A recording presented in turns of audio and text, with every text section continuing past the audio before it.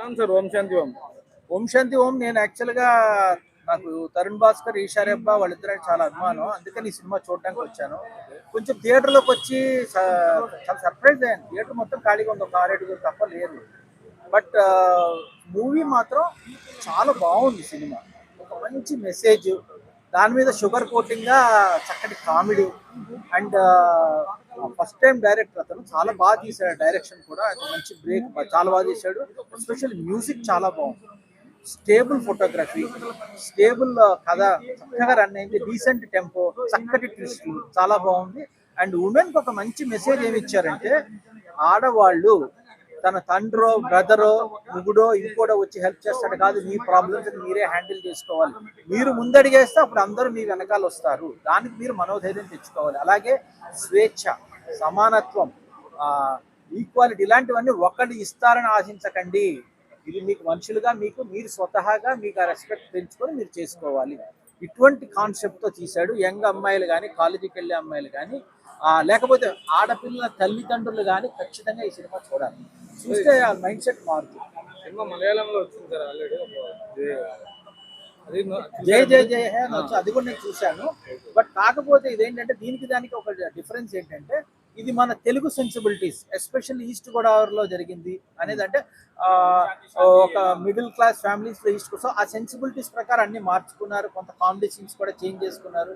బ్రహ్మాజీ ఒక మంచి ఆడేటటువంటి అంత సీనియర్ బ్రహ్మాండంగా చేశాడు. అండ్ తరుణ్ భాస్కర్ యాక్టింగ్ చాలా బాగుందండి.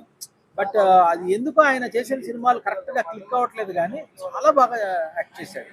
అండ్ నాకు ఈ సినిమాలో ఒకే ఒక హ్యాపీనెస్ ఏంటంటే, ఈషారెబ్బా అంటే నాకు చాలా రెస్పెక్ట్. ఎందుకంటే మన తెలుగు అమ్మాయి సరైన రోల్ పడట్లేదు అనుకున్నాను. ఈ సినిమాలో అమ్మాయికి మంచి రోల్ ఇచ్చారు. చక్కగా తెలుగు మాట్లాడుతుంది, చూడడానికి బాగుంటుంది. మంచి ఒక హీరోయిన్ గెటప్ కట్అవుట్ ఉన్న అమ్మాయికి ఇలాంటి మంచి రోల్స్ ఇచ్చి ఇంకా ఎంకరేజ్ చేయండి.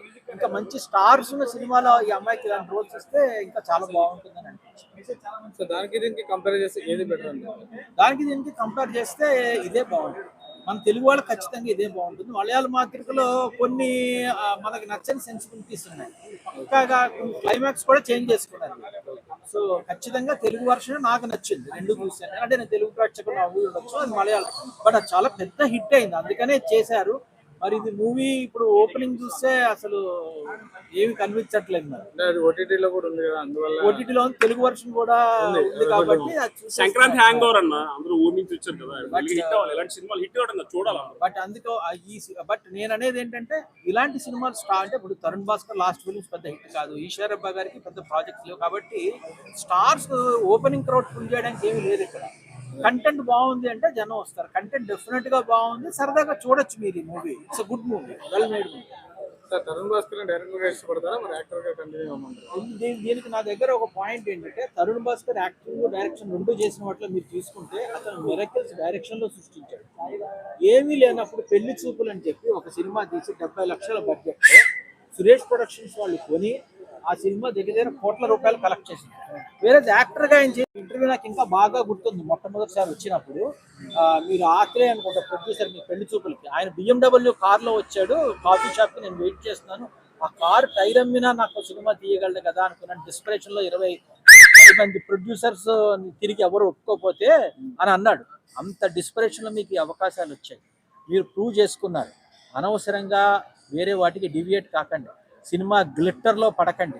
ఒక నెల రోజులు కంప్లీట్ బ్రేక్ తీసేసుకోండి.